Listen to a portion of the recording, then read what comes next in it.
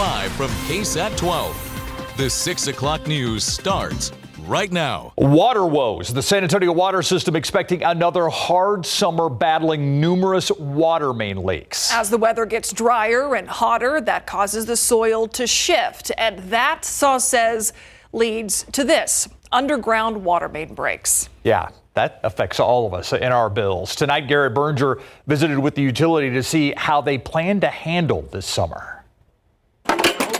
It's looking to be a busy year for SAW's repair crews. Leaks have jumped up the past 2 years to nearly 7,400 in 2023. And what they're expecting this year? The same or more. And while they have equipment to help find them, recreate the sound. Are you able to? Yeah, so I can. So you have to have an ear, like an ear for music. You have to have an ear for leak detection. they also know more or less where to expect them. The combination of age of pipe and soil causes where we see more of the main breaks. And leaks can cost SAWs a lot of its water. I'd say anywhere between 16%, a little over 20. The utility says it's added service centers in recent years and hired more crews last year. And they'll work on scheduling them so there's more consistent coverage through the week. The leaks never stop. They continuously here, whether we're awake or not, we're sleeping, whatever. It happens. They say they've also increased teams to assess the leaks before they bring out the repair crews, who might just need to put on a clamp or possibly replace a whole section of pipe. SAW says most of the new pipe or replacement pipe they're putting in under 2 feet in diameter is this stuff. It's a type of plastic, the same kind you find your milk cart in, but a lot thicker. But it does flex better with the contracting soil. The way they do it, they use this machine here to shave down the ends. They put a heating element in between and smush the two pipes together. And they say this joint is as strong as the pipe itself. SAWs triages its repairs. The worst ones, which damage property or cause outages, are handled first, meaning the minor ones can stack up when there's a lot to be done. I've seen our turnaround times in midsummer at around 2 weeks at the most. Right now, there's about 40 leaks in their backlog. The calm before the weather and their work heats back up. Garrett Berger, KSAT 12 News. And of course, a lot of that has to do with the weather. And, we've already seen triple digits out there, Adam. Yeah, we've had triple digits. Our first triple digit day was over the weekend on Saturday. And we did have some good, much needed rainfall last night for some areas, especially just southwest of town. But I do want to focus in on parts of the hill country here where you see good accumulations, the yellow indicating 2 inches of rain or more estimated by Doppler radar. So let's go into the I-10 corridor, just on the northeast side of Kerrville here, and you'll see, boom, right there along I-10, about 2.1 inches estimated by Doppler radar. So it's good to see this in between Medina and Bandera, similar situation. Not as much around San Antonio, 0.13 inches officially at the airport in town. 95, that was our high temperature today. No rain today. It was all last night. We'll be 85 at 10 o'clock, by midnight 80. We do have more storm chances. We'll dive into that and what it really hinges on in just a bit. Thank you, Adam. Let's go to I-10 and the Y right now. Why? Because it's backed up. Because it's slow. Because it's slow. This is actually the where I-10 starts heading westbound, and you can see as the traffic comes together there, very slow going, but we are happy to report no major traffic tie-ups right now. The jury find the defendant, Daniel Garcia, guilty of the offense of intentionally or knowingly causing serious bodily injury to a child as charged in the indictment. It took a jury a little over 3 hours to find Daniel Garcia guilty in the death of 5-year-old Dominic Aguilar Acevedo today. That jury heard 5 days of testimony before going into deliberations this morning.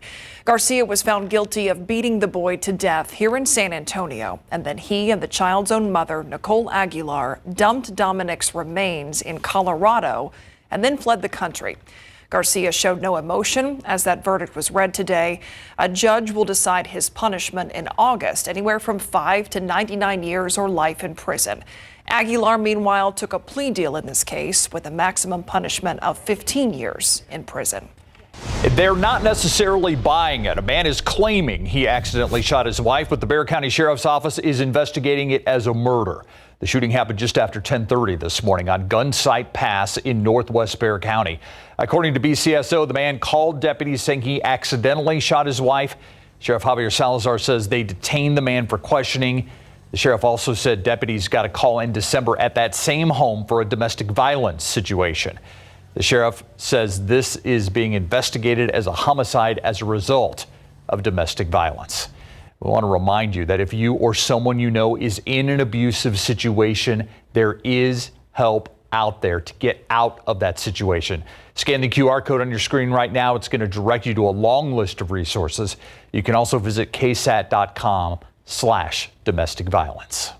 Tonight, San Antonio police are investigating after officers say a woman was shot in an apparent drive-by. This happened about 2:30 this morning on Calle Valencia. That's near Southwest 34th Street and Castroville Road on the west side. According to SAPD, the woman and her family were sitting on the front porch when someone drove up and started shooting. The woman was shot in the leg. She is expected to recover. Police did not release a description of the vehicle or a suspect. And tonight we're learning that a teenager drowned in Canyon Lake on Memorial Day. That's according to the Texas Parks and Wildlife Department. Officials say 18-year-old Alec Johnson went underwater in this area that you're about to see around Boat Ramp 3. First responders found Johnson after he had been underwater for about 20 minutes. He was taken to a nearby hospital where he later died. This is the second drowning at Canyon Lake this year. Here are a few boating and water safety tips Texas Parks and Wildlife want you to know about. Make sure everyone you are with has a life jacket. Make sure you bring a flotation device. This can be like a buoy or something designed to throw to someone in the water. The last is to bring a horn or whistle to attract other boaters nearby in case you need help. We have more information right now on KSAT.com. A race that got a lot of attention from the very start stayed dramatic until the very end. This was a nail-biter, but Republican incumbent Tony Gonzalez took the runoff win for U.S. District 23 by just 407 votes. Yeah, you think your vote doesn't count? Did in this race. Courtney Friedman followed that tight race for us, and while neither candidate made a comment last night, Tony Gonzalez did talk today. Runoffs are just brutal. They're absolutely brutal. There's nothing like it. Brutal's a good way to describe this one. With contentious ad campaigns and a lot at stake, incumbent Tony Gonzalez beat out popular YouTube personality and gun activist Brandon Herrera by just over 400 votes. I don't take that lightly.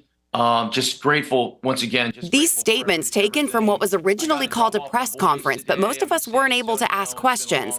That being said, Gonzalez did throw a lot out there, like the necessity for him to make a greater reach across his massive district that spans 29 counties from San Antonio to El Paso. Now, how do I listen to the other folks that did not cast their vote for me this round? Why didn't they cast their vote for me? What can we do to make sure that they feel as if they're represented? He set the word to describe his goal going forward: listening. I'd be the first to admit, I have made mistakes. I will continue to make mistakes. I'm doing the best job I can. He makes it clear the border crisis will continue to be his top priority until changes are made. We're done with this hell. We're tired of the high-speed chases. We're tired of having our property, being exploited. It's our hospitals that get consumed. It is our schools that get consumed. It's our housing. He said nothing will happen, though, until the finger pointing stops. It's always somebody else's fault, and I am trying to solve the problem. It is our problem to solve, all of us. I don't care where you fall on the spectrum. Directly across the spectrum is his new opponent, Democrat Santos Limon, who he will face in the general election come November. Courtney Friedman, KSAT 12 News. Now, we were told early yesterday afternoon that Brandon Herrera would not be available for comment, win or lose. We checked back in today. We have still not yet got an official response from the campaign about what happened last night. Now, if you missed any of the results from last night's runoff election, all you need to do is scan this QR code. It's going to take you to our Vote 2024 page on KSAT.com. There you can see all the winners from last night's elections and who will be on the ballot come November. To news around Texas now, Houston police are investigating after a woman's remains were found in the jaws of an alligator. Police say the woman was reported missing overnight Monday. Her cause of death has not officially been determined. Meanwhile, police have euthanized that alligator. Deadly alligator attacks are rare in Texas. The last one was in 2015 when a man was killed while swimming in a bayou. And tonight, nearly 300,000 people across the state of Texas without power following devastating storms this week. It could stay like that for several more days. In the Dallas area, ongoing food distributions and cooling centers open to help people affected by the storms. High winds yesterday even tore through an apartment building in North Texas. And all of a sudden, like, boom, everything just fell down. We just heard ruckus everywhere around us, so, we rushed in the bathroom. Power restoration efforts could be stalled as more severe weather expected in the coming days. Flights also being affected this morning. About 600 flights out of Dallas either canceled or delayed. Happening tomorrow, Doc Talk, and this week it is all about kids. Here's how it works. You scan this QR code here and type in any question you have about child health care. A local pediatrician will join us right here tomorrow to answer those questions. Doc Talk airs every Thursday on the news at 6:30. Can customers use a private driveway to enter and exit a business? That's the question at the center of a heated land dispute that has led to multiple arrests and criminal charges being filed in Kirby. Surveillance footage shows neighbors along Landis Drive repeatedly placing obstructions in front of the gate.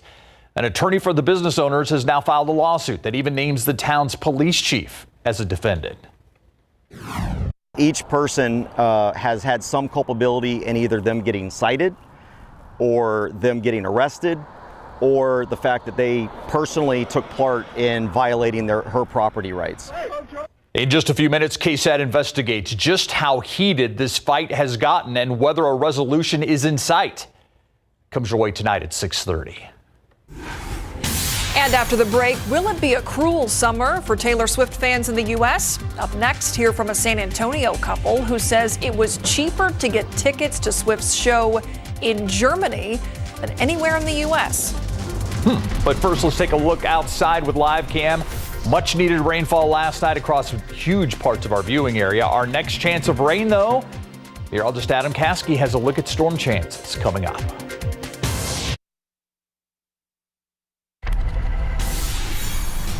San Antonio was recently named the fastest growing city in the United States for 2023. So coming up tonight on the Night Beat, we're looking at what this means for the real estate market here and asking the question if there's enough affordable housing in San Antonio to accommodate these growing needs.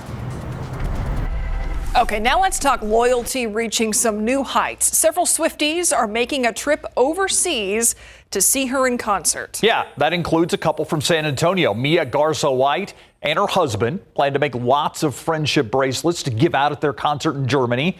She says she didn't have luck getting Swift tickets in the U.S. I've heard a lot of nightmare stories about that. That's why Texas is joining the feds in suing Live Nation and Ticketmaster, accusing the company of monopolizing the concert industry.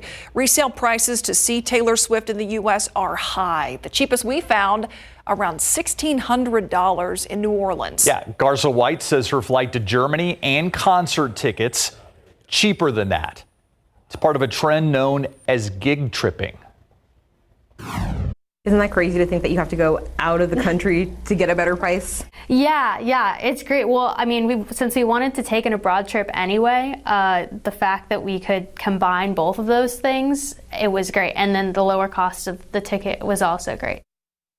Gig tripping. Garza White and her husband, they plan to travel to Spain while they are abroad as well. Yeah, I'm still trying to wrap my head around the fact that you can go to Germany, see Taylor Swift, and the tickets and airfare are cheaper than just tickets in New Orleans. Pretty mind-blowing. Yeah, earlier on the News at 5, we wanted to get viewers' input on this trend. We asked, would you travel abroad for a concert if it was cheaper than a U.S. show? So here's a look at the results. Overwhelmingly, the answer is yes. 79% of people said, yep, thumbs up, they would do it.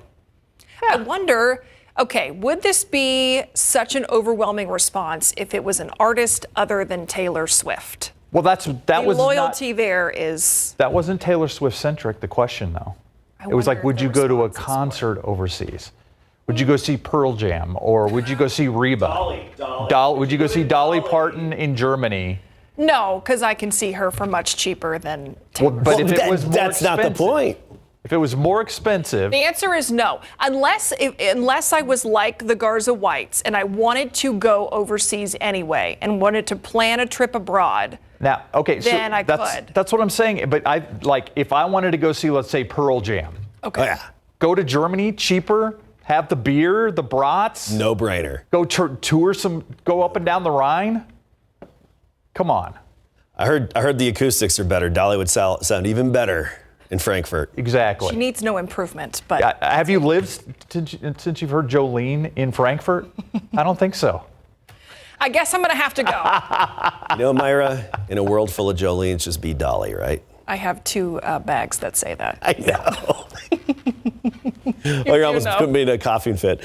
Okay, anyway, I'm with Steve. I mean, if it's the same price or cheaper, no brainer. Yeah. I'm going as far away. I just still find it hard to believe. I just cannot believe that You're right. Going abroad. Something's wrong there. Yeah. Something's wrong there. Well, that's the ticket pricing thing in the United States, which is that's the point. Live Nation, Ticketmaster. Something sketchy about it. Yeah.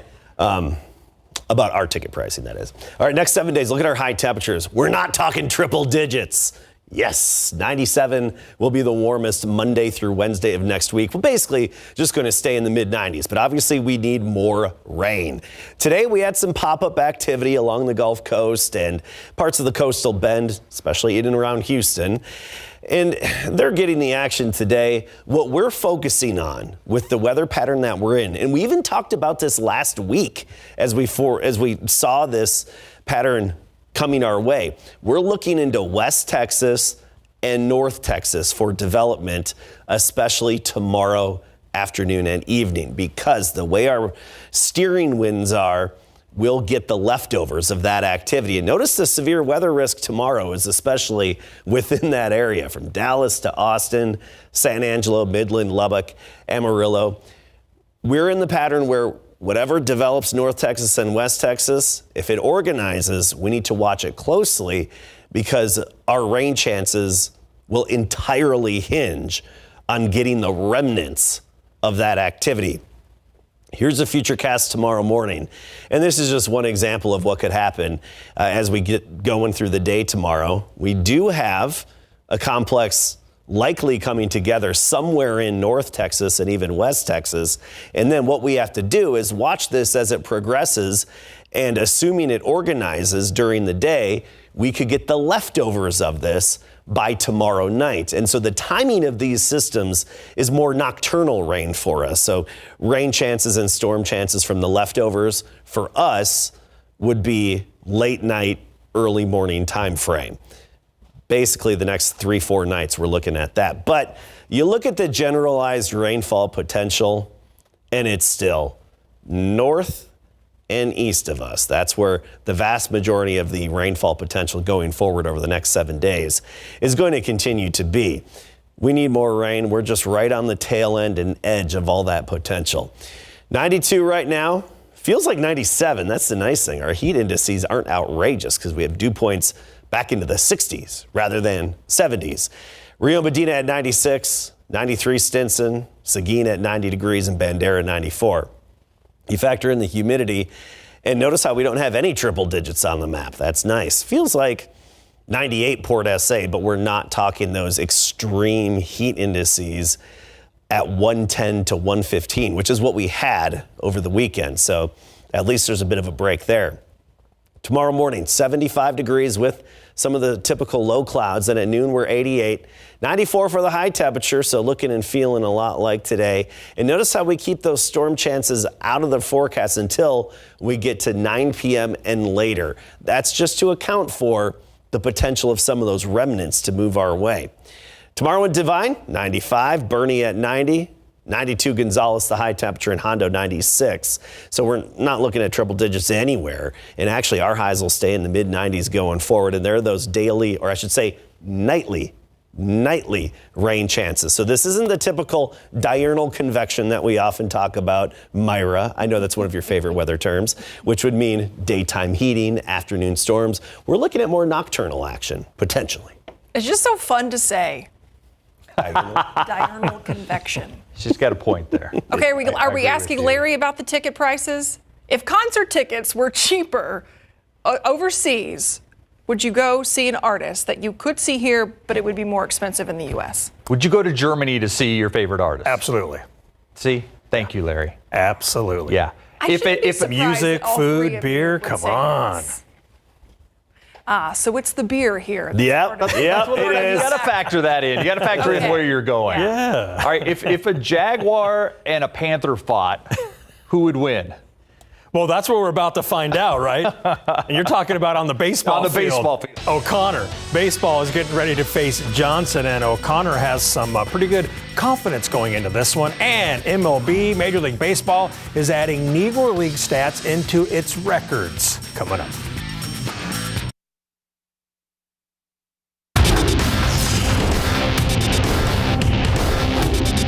Who knew after losing 14 seniors we were going to be only 2 wins away from Dell and 4 wins away from state title. And we went and got it, and coming off that game, especially against Reagan, gives us a lot of confidence going into the Johnson series.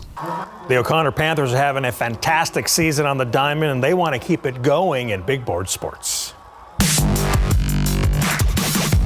O'Connor baseball is hard at work, getting ready to face the Johnson Jaguars in the UIL Class 6A Regional Finals, and the winner will advance to the 6A State Tournament at Dell Diamond in Round Rock. The Panthers beat the Reagan Rattlers in the regional semis 2-1, setting up this showdown with the Jags. So O'Connor dropped game 1 to Reagan 3-0, and they responded by winning the next 2 games 3-2 and 5-3. Coming back against a very good Reagan team shows you how tough these Panthers really are, and now their sights are set on the Jaguars. Keeping the same routine. It's another opponent. We can't overhype them. Of course, they're a great team. They've had a lot of success over the years, and especially this year. They have some great players, but we're going to keep playing our baseball, keep the same routine, and we're going to go get it. Keep putting the foot down. We need to just keep doing what we've been doing, stay prepared, use the week to prepare us for the series, and do what we've done all the last 4 weeks and the last 19 weeks of the season. I mean, Johnson's a great program. They've had a ton of success over the years. Coach Gazelle does a great job. But I think we're playing our best baseball of the year right now. And our mindset and focus is going to be what it's been for the last couple of weeks. It's about us. It's about playing our style of baseball and getting ourselves ready to rock and roll. O'Connor and Johnson will start their best-of-3 series tomorrow night at 7 at Northeast Sports Park. And in case you missed it, we also talked with Johnson and Bernie baseball this week, and you can find those stories at KSAT.com. Big game coverage. At the NAIA Softball World Series, #1 of the nation, Our Lady of the Lake shut out Jessup University 2-0 in the championship game today to win their first national championship. Congratulations. Olu went 4-0 in World Series play. Major League Baseball is adding these stats of former Negro Leagues baseball players into their historical records. It means legendary leaders in some categories have now been replaced in the record books by players who were not allowed to play on the same fields as them during segregation. Among them, Josh Gibson is now listed as MLB's new all-time career leader in batting average at .372, replacing Ty Cobb in his .367. Gibson also now overtakes Babe Ruth in career slugging percentage. More than 2,300 Negro League players from 1920 to 1948 were added to the MLB database, and more stats are still being discovered. This after MLB recognized the Negro Leagues as its equivalent in December of 2020. Today, the Rangers were closing out their 2 games set with the Arizona Diamondbacks this afternoon. Bottom 3, no score until this. Jonah Heim hits a shot into the left field corner. Wyatt Langford, who was on first, got a great jump. He rounds third, and he beats the throw home and scores on Heim's double, and it's 1-0 Texas. Bottom 5, Corey Seager hits a 2-run homer to right field to make it 4-0 Texas. That's his 8th home run in 8 games, and the Rangers won 6-1 to sweep the rematch of last year's World Series. The Diamondbacks just can't beat the Rangers. They sure can't. Yeah, they're in their head. Yep. Yeah, thanks, Larry. KSAT Investigates is next. Got some breaking news we want to tell you about right now coming into our newsroom. This is body cam footage from the night that shooting happened right in the middle of Market Square. We saw police officers run towards the gunfire as everybody else was running away. This gives us a better idea of what exactly they were running towards. Less than 30 minutes ago, the police released body cam video from the deadly shooting at Market Square. If you recall, this happened during Fiesta de los Reyes. 2 people were killed in this shooting. One of them was killed by an SAPD officer. Right now, we have a team in our newsroom combing through all of this video. We will have the latest details and what it shows coming up tonight on the Night Beat, as well as on KSAT.com. A nasty land dispute between neighbors in Kirby has led to multiple arrests. Now a lawsuit accuses the town police chief of violating the rights of a couple who owns property there. This is just one giant mass of people against one small business owner. KSAT investigates Dylan Collier shows us just how deep the rift has gotten. It was 12:30 a.m. on February 13th when Nancy Pena appeared to reach her breaking point. Just minutes earlier, a group of men used bobcats to move a massive metal shipping container in front of the side exit of her insurance business. It came complete with a lewd message directed at Pena and her husband, and joined a list of attempts to block access to the driveway that's included large piles of dirt, gravel, boulders, and blocks of limestone, a dispute that has increasingly escalated since January.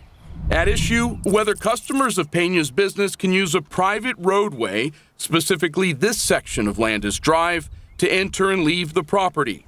Pena says neighbor Chad Coven, who lives at the end of Landis, has been the mastermind behind efforts to impede access. A vast majority of the time, the materials have been dumped in front of the property in the dead of night. He's just wanting to not have my customers come in and out from this side. Coven, who declined to be interviewed on camera for the story, did provide KSAT a 2021 permit for the Penas to construct a mobile office on the property. It states that ingress and egress, the act of entering and exiting the property, would be off Ackerman Road, a public roadway. But this February email from Kirby City Attorney states the opposite, that rights to enter and exit Landis Drive are extended to all adjoining properties, including the Pena's business. It doesn't matter. If you have a problem with it, you can call dispatch if you don't trust them either. What started as a civil dispute has attracted the attention of Kirby police time and again. I can't hear them from all the way over there. Well, you can be here. You're not doing anything. I got work to do. That's Chief Roxanne Cardona. Come on. On scene in mid-January when Pena's husband was arrested for felony theft after he had an obstruction moved away from the gate. Prosecutors rejected the case in early March. Pena herself has been cited by Kirby PD over the ordeal for criminal trespass and theft and criminal mischief under $100.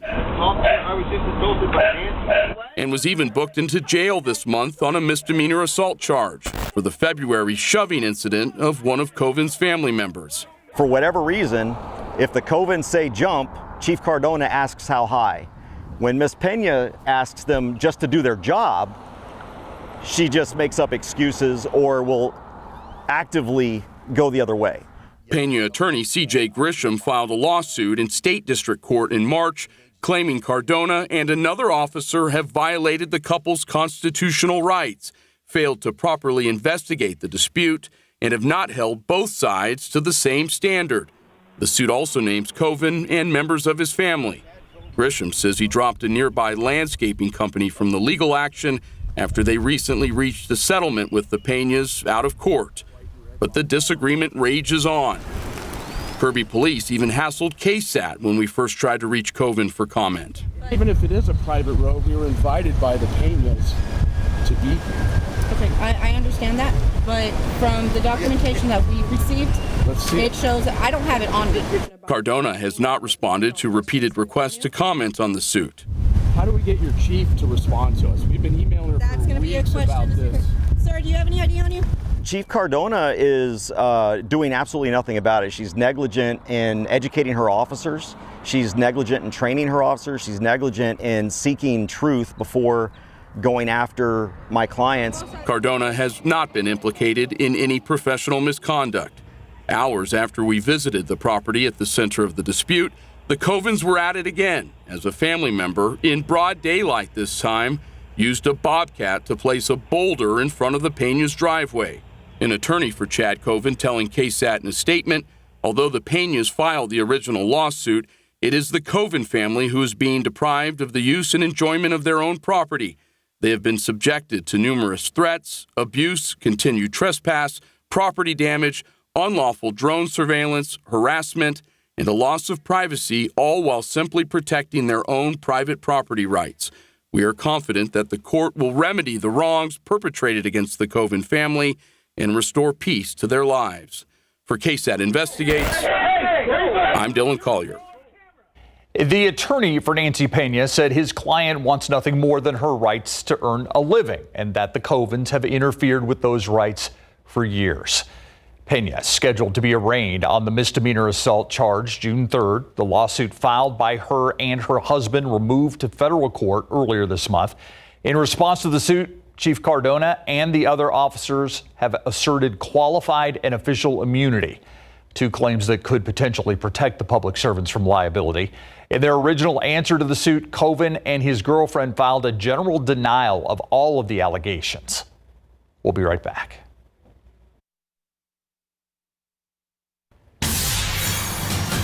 Tourism, trade, education, and culture. Some of the topics that will be discussed at the All America's Sister Cities Summit right here in San Antonio. Tonight, Tiffany Huertas tells us how leaders from different countries are exploring opportunities to work together. What do you think is the most important one for San Antonio from all of these different topics? Do you know, I would say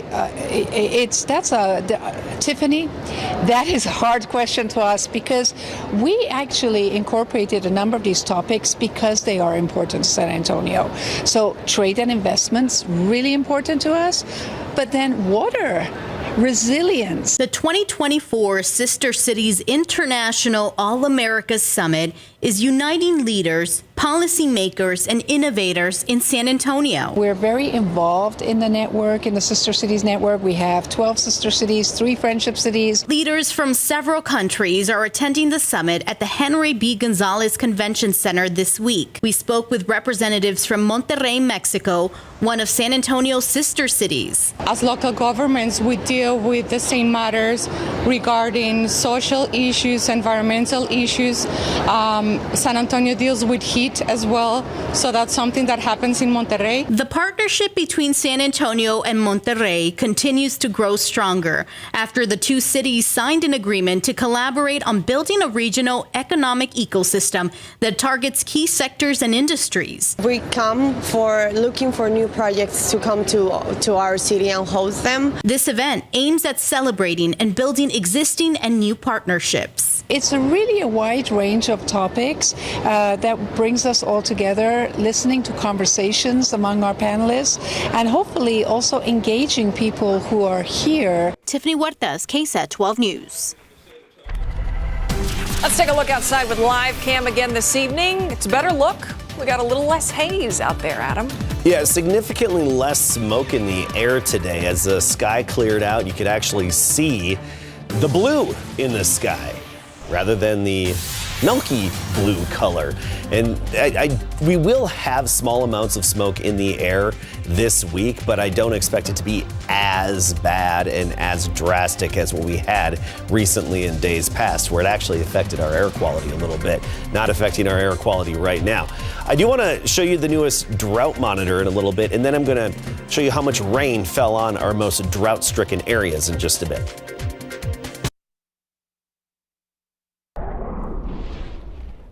All right, today was actually kind of refreshing. Yeah. I mean, you don't usually say that about the 90s.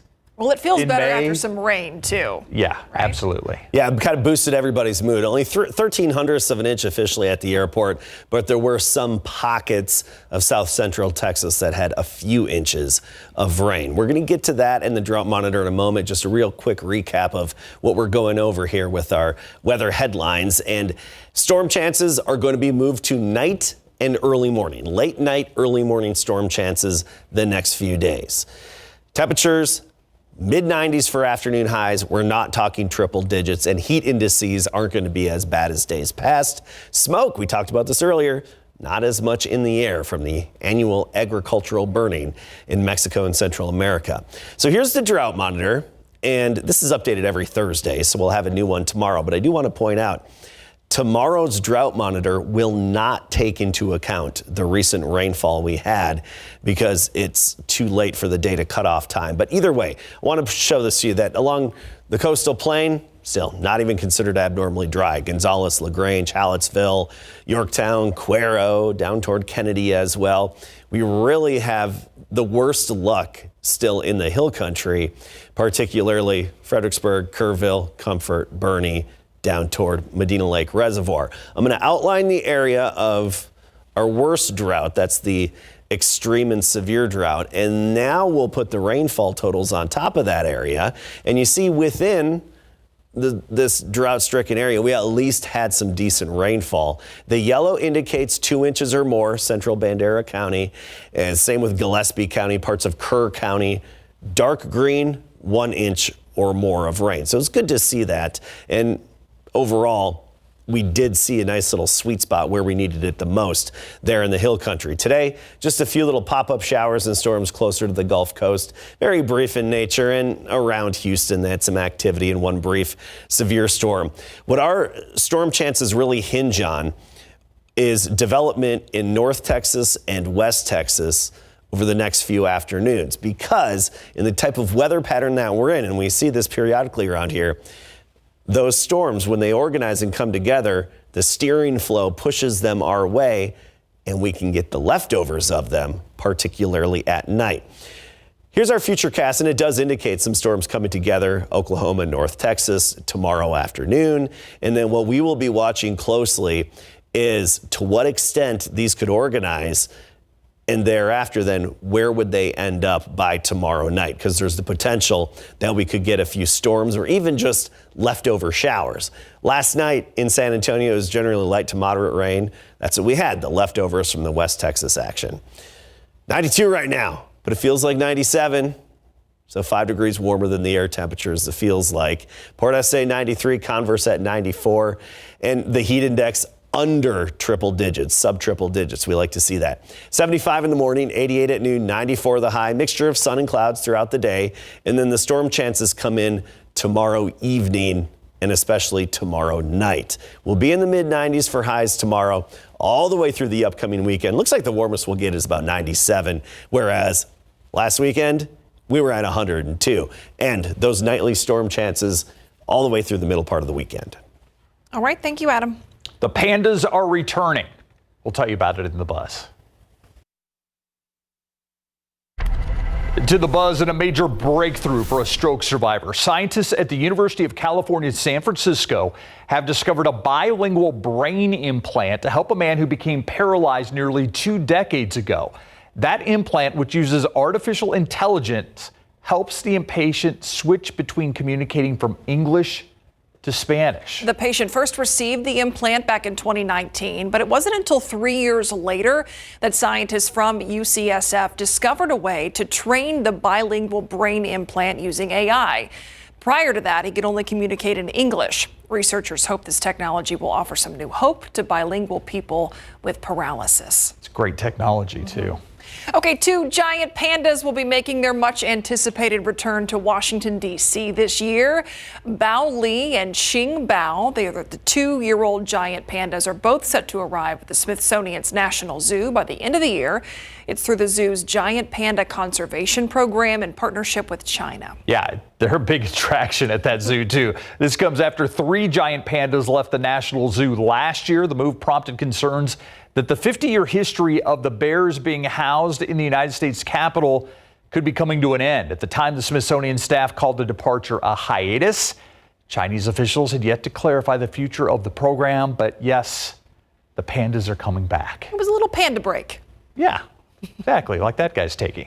We'll be right back. I want to leave you with some good news here. All right, check out this KSAT Connect photo from Kerrville. Almost 2.5 inches of rain downtown Kerrville. Boy, was that needed. Though I agree we could still use more. New Braunfels, almost 0.8 of an inch. West New Braunfels, Manor Creek. And here we go. Not terrible, 3/4 of an inch last night in southern Bexar County. Golf clap. I like that people are sending you their gauge pictures. That's nice. Oh, I love it. Thanks for watching the news at 6. See you back here at 10.